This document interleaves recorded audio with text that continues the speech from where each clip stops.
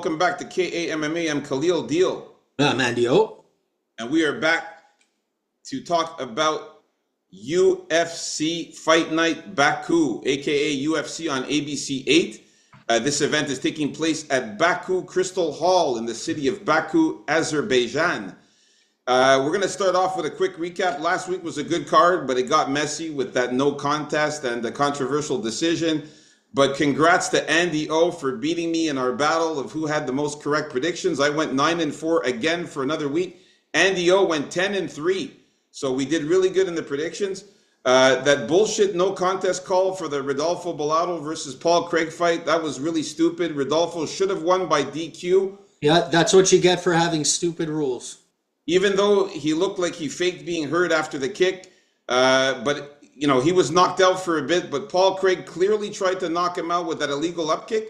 I'm considering that fight a win for me and NDO. Also, the Mansour Abdul Malik versus Cody Brundage, that clash of heads, accidental headbutt. We'll take the controversial win by decision there. What else happened in there? Oh yeah, Umar C, he's fucking dead to me. He did nothing in that fight. It was pathetic.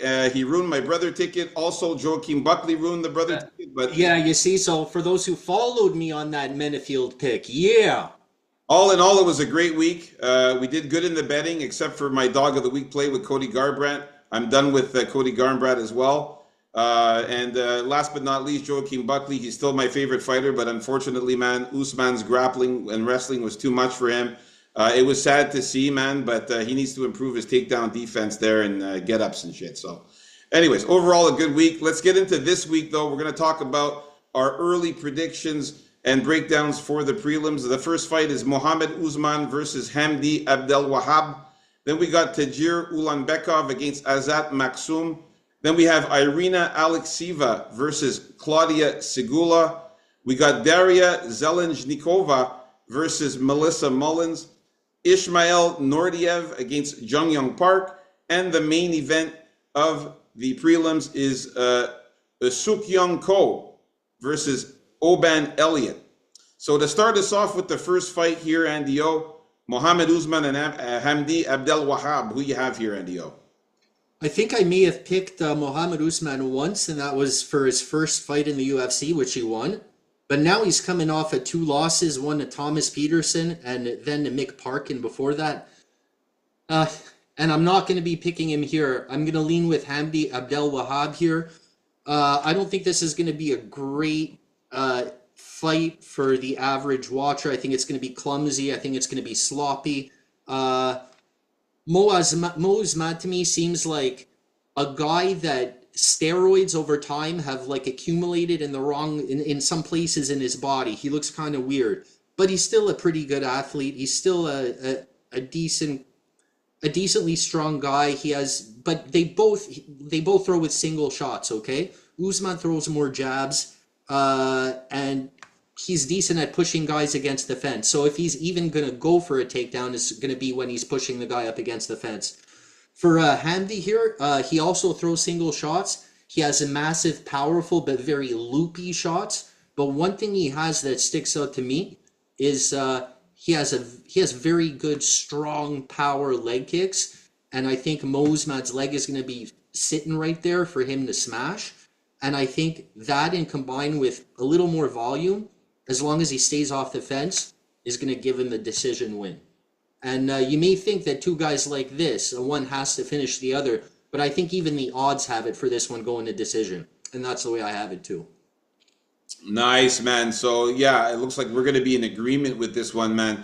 Mohammed Usman is definitely not like his brother, Kamaru Usman, who we just saw last week get that win over Joaquin Buckley. Mohammed Usman's, his fighting style, it's primarily wrestling. He's got a strong foundation in freestyle wrestling. He also incorporates elements kickboxing. He's known to be a southpaw striker. Even though he uses his striking, his wrestling background is like basically his key gift in that's what he does in MMA. He likes to wrestle. So basically, his wrestling pedigree is significant. He's trained at the U.S. Olympic Training Center. He's competed on the U.S. University World Team. He also mentions that his brother Kamaru Usman's a wrestler, which influences his wrestling technique. He fights, like I said, from a southpaw stance, but he doesn't use his wrestling skills when he should, or use it enough when he should. Whereas Hamdi Abdel Wahab, his fighting style is also wrestling, specifically Greco-Roman wrestling, and he's competed at the Olympic level. He uses a lot of wrestling in his fights. He's an accomplished Greco-Roman wrestler. He's represented Egypt in the 2016 Summer Olympics, and he's also been in many competitions. He combines his wrestling with striking and ground fighting. They call him the Hammer because he's got very powerful striking. I'm going to go with Hamdi Abdel Wahab. I'm going to go with the Hammer. I think that he's going to take down Usman, stay on top of him, and use that ground and pound. Usman's his takedown defense is not great. He gets taken down pretty easily, and Usman, he comes with those looping punches and overhands, and you can see him coming from a mile away. He doesn't use any feints or anything like that. Like, he's very obvious when he strikes. So I think Hamdi is going to be able to change levels at the right time, get him down, and stay on top. So I got Hamdi winning this one by knockout or decision. All right, next fight. We got Tagir Ulanbekov against Azat Maksum. For this one here, man, I got to go with Tagir Ulanbekov. This guy is primarily a wrestler, but he's known for his grappling skills and submissions. He trains at the Eagles MMA team, and he's shown really good submission skills, including face cranks and guillotine chokes. Ulanbekov he's a skilled wrestler, but he incorporates striking as well. He combines takedowns with striking, which makes him a really well-rounded fighter. He normally wins a lot of fights by submissions and decisions. You can see here he only has 1 knockout, 8 submissions, 7 decisions here out of his 16 wins. Azad Maksum, he brings a strong skill set as well to the table, man. He's tough for opponents. He's a rangy flyweight. He possesses knockout power, and he's got slick grappling game. He's also got submissions. He's got a master's degree actually in jiu-jitsu and freestyle wrestling, and he's pretty well rounded himself. But he doesn't have any experience, man. He's got a master's degree in what? In jiu-jitsu, and also in freestyle wrestling. So does that mean he's at the highest level of competing in that? Oh, he just studied it very well. He doesn't mean that he's that amazing at it, but he does have a degree in it, for his studies, But I've never heard of something like that, but he must be a smart guy. He doesn't have that much experience, though. I mean, he got his first fight in the UFC against Tyson Nam, where he got a split decision. Then he lost to Charles Johnson by unanimous decision. But Tagir, I mean, this guy's experienced, man, in the UFC, fighting Alan Nascimento. He got a win over him. His only loss was to Tim Elliott.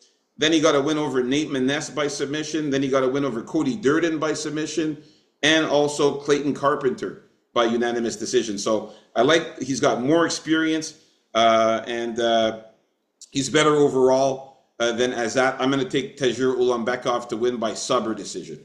Yeah, he has a lot more fights in the UFC for sure, Ulanbekov here.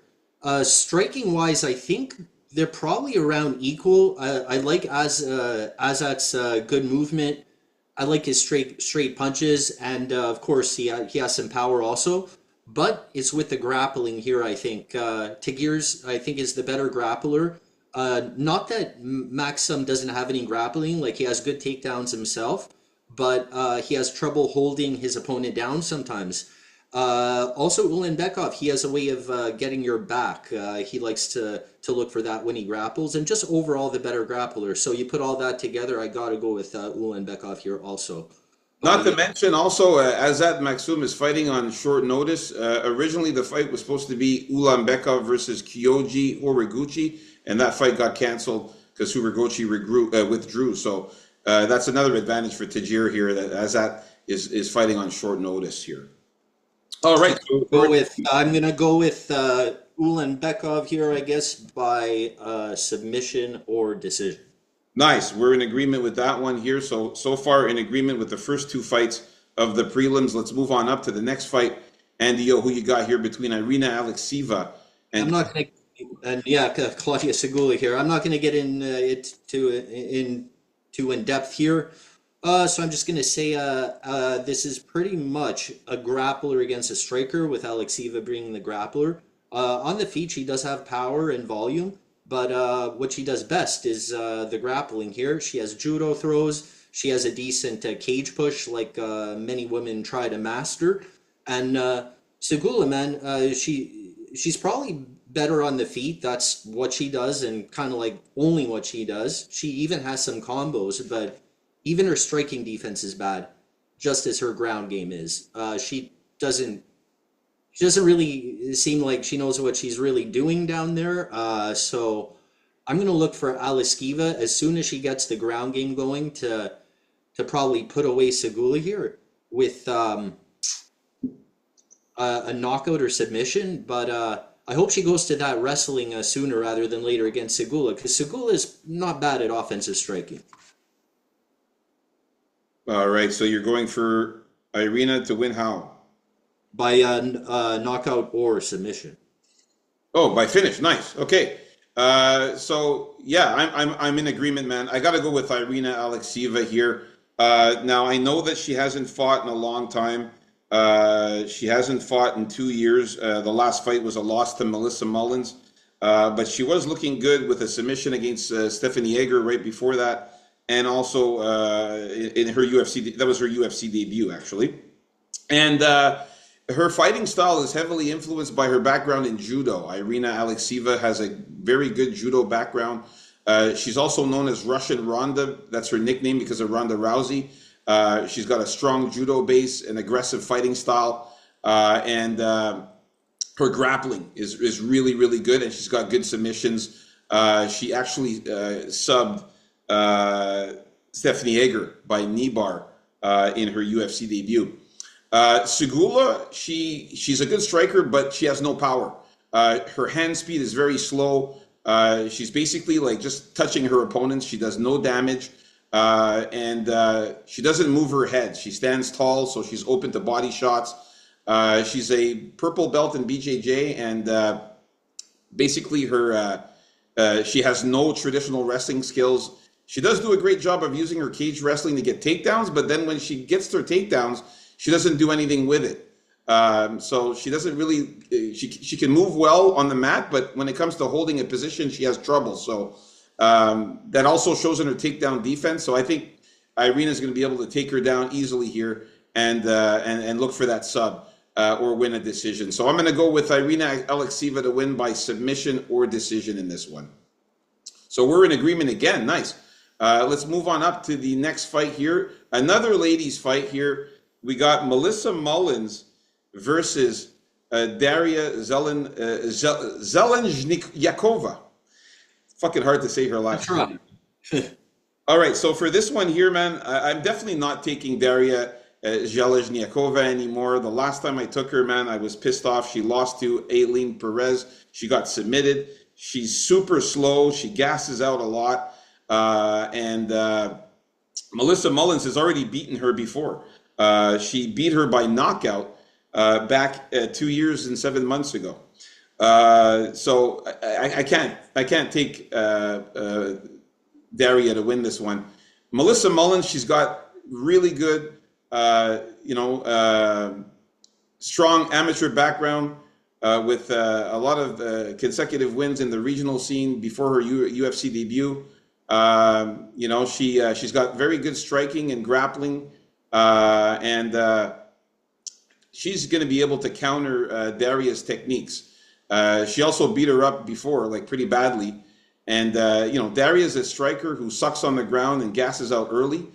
So I could see Melissa Mullins there landing way more punches on her and also able to effectively get her on the ground. I can see her winning, though, by knockout or decision in this one. So I'm going to take Melissa Mullins to win by knockout or decision. Like I said, she knocked her out before with ground and pound and did a hell of a good job. I got some MMA math for you guys, too, just to talk about it. Oh no! So basically, Was it You this? know, MMA math is wrong more than it's right.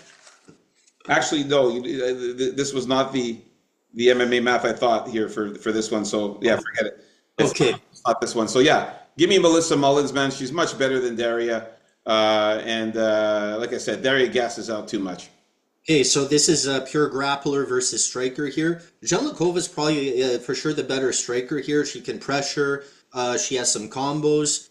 So the sooner Mullins can get this to the ground, the better. Because Mullins isn't good at the feet. What she has is her jab. That's probably her best thing.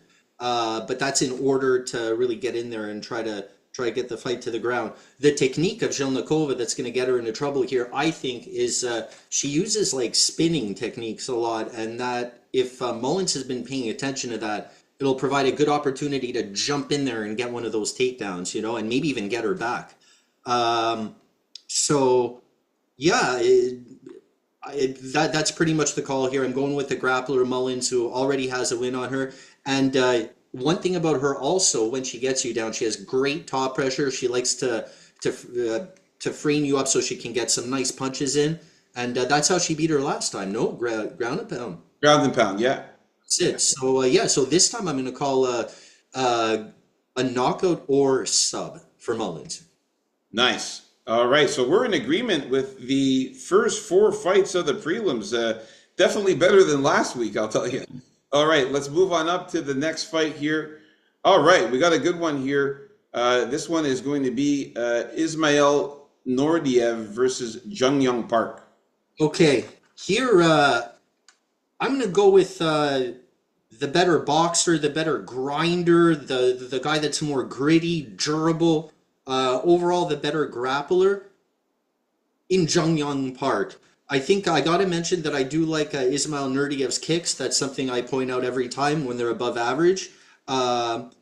Himself, he has decent takedowns and good ground and pound, but I think what by the middle of the fight, Jong Young's Park toughness and grit and his simple style is just going to wear on Nurdiev here. Nurdiev's more flash, and Jung Young Park's more like a turtle.